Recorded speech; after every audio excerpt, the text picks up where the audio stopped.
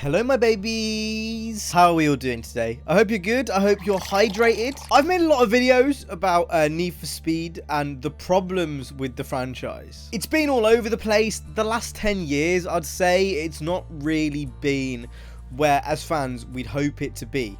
But I've never made a video talking about how I think they should fix these problems. This might very well be the last Need for Speed Heat video like I ever make. I've not played the game since April, and I kind of just wanted to talk about that. I'm a racing fan, I'm a gamer, I'm a Need for Speed guy. Like, I like playing Need for Speed games, and the fact I've not played the game since April, I think that says a lot. I wish I could force myself to play the game and just sit there for hours on end and enjoy it, but I can't, and that's why you've not been seeing videos on it, because I just don't care about the game. But Need for Speed's issues are bigger than just Heat. It's like almost a branding problem. There's been no consistency in what Need for Speed is in the last 10 years. When Ghost were making the games for Need for Speed, there was not one that had outstanding quality in every regard, like, say, Playground's Forza Horizon is, where you know every single time you're never going to clip into the ceiling at, 40 miles per hour. The only thing Need for Speed has going for it in comparison to other racing games are the customization and cops. And if you look at Payback and Heat, the customization was actually neglected quite a lot.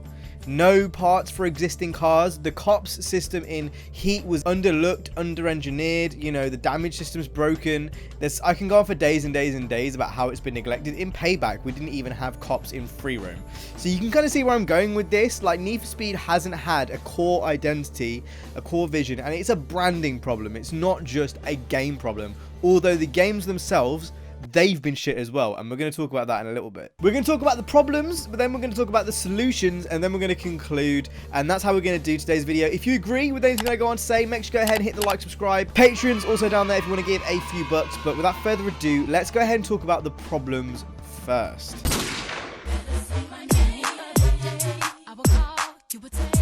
The big one is probably branding, I'd say. Do they want it to be story focused? Do they want it to be customization, cops, or something entirely different?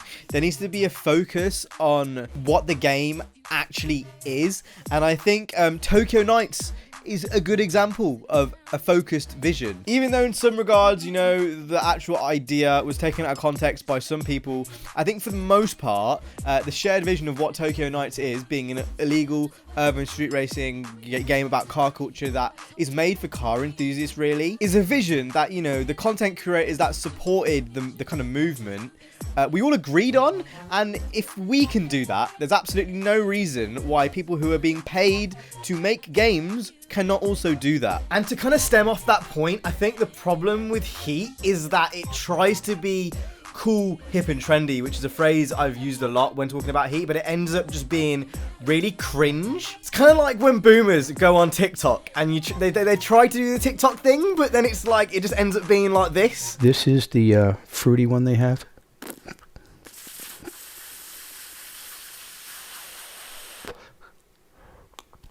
Whoa.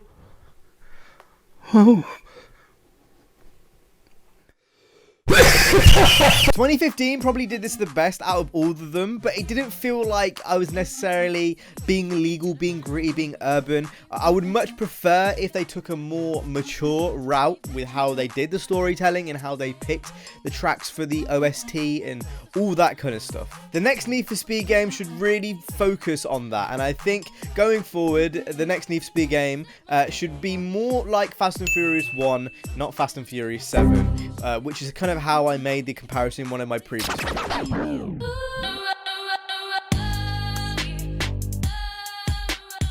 The games, what do you say other than they've been pretty dog shit? This could be a pretty long one if I end up talking about every single game individually. I'm not going to do that. I think I'm just going to do it more on a general level. I think overall it's pretty obvious what they need to do to make a good game. If the Reddit can go ahead and make like a 70+ page essay, truth be told, I actually don't know how long it was, but I know it was very, very long, and it literally listed the problems that Need for Speed has, what they need to fix, etc, etc. There's actually no reason why people who are being paid to do a job and make a game that people are going to buy with their hard-earned money can't do the same thing. What I will say is there needs to be a dramatic increase in quality for the next game, because the last few games have had a real big problem with that. You know, improving the handling from the ground up, it's not worked since Ghost have been using Frostbite. You would have more of a better time working on a new handling model for the next 6 years than reusing the same pile of shit that we've been using. It doesn't work. It feels like a 1990s arcade cabinet, you know, AA style physics model. Start from the ground up. If you did this 6 years ago, we'd have a physics model that people would actually like. Balancing cars, that should have been patched 5 years ago, not clipping into the ceiling every time I go over to a curb. A dedicated multiplayer mode on launch that has comprehensive PvP and open world multiplayer. A story with solid writing and no plot holes, with no cheesy M3 GTR references, just nostalgia baiting. Like, do something individual and unique to you instead of reusing the same ideas, which have been in every single Need for Speed game since 2005. New customization for cars that are already in the game, you know, that follow in real life trends. So like Rocket Bunny kits and Liberty Walk kits and Philside kits and all that kind of stuff. And, you know, not adding cars that just don't make any sense for the brand, like P1 GTRs and Regeras. Why there's been so much of a hypercar focus, it just doesn't make sense to me. And I honestly could go on and on and on and on and on about the game's problems. And we're going to talk a little bit more about it in the solutions, but I'm going to stop there because otherwise I will end up rambling. Next, we're going to talk about EA. Bit of a dirty word, to be fair. A lot of people don't like it when I talk about EA, but they do deserve a little bit of credit. Need for Speed's now on a bi-yearly cycle. They could have kept it on a yearly cycle like FIFA, but they haven't. And that's about where all of the positives stop, really. Payback was a game that was quite literally set up for microtransactions.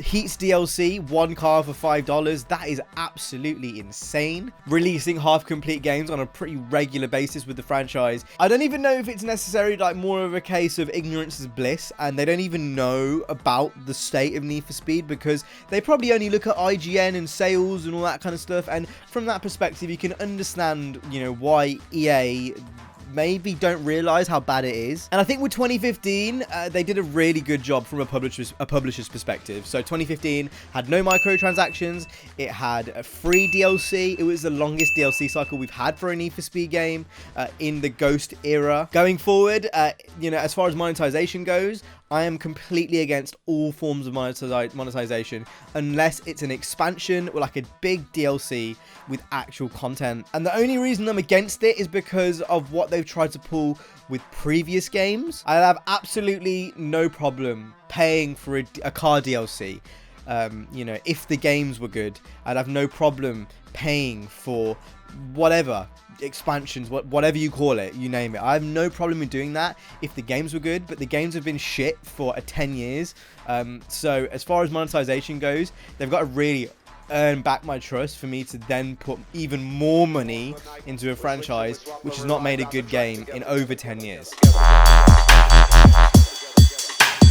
Right, let's talk about the solutions. So first and foremost, Criterion need to decide what Need for Speed actually is. And I'm talking more about, you know, Need for Speed, the brand. I think they need to stop following other game development studios' lead, like Playground Games, you know, idea of a fully open world and off-roading and all that kind of stuff, and actually do stuff which is Need for Speed. We live in an era where there is a sea of Forza Horizon clones, and Need for Speed is turning into one of them. What they should really be doing is focusing more on the enthusiast-led customization and car culture, and they should really be using that to propel them forward. Of course, it's a niche, but Need for Speed is, as a brand, is not a niche.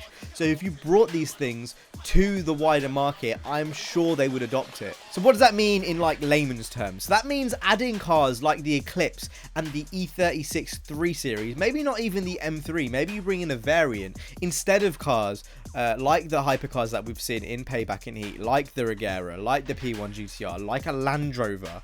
Why is a Land Rover in the game? I thought we're talking about street racing. This isn't 2003. We don't do dub anymore. Japanese car culture is really what is big around the world right now. And I don't mean Japanese cars specifically, but I mean the way cars are tuned. It's not like the American dub fad that we went through in 2003 anymore, and I think they need to wake up from that. A proper game cycle, an obvious one. I actually don't think I'm going to explain that. I think it's pretty obvious what that means. It should happen in the next game, and if it doesn't happen, I mean, Lord knows at this point, but we really need a full game cycle. Separation from Burnout. This one came from a subscriber called Wirtz, so thank you very much for actually letting me know about this. Removing most of the things that in the current games are Burnout and not Need for Speed, like the billboards, and replacing them with more Need for Speed specific stuff. Even the Forza Horizon inspiration with the barn finds.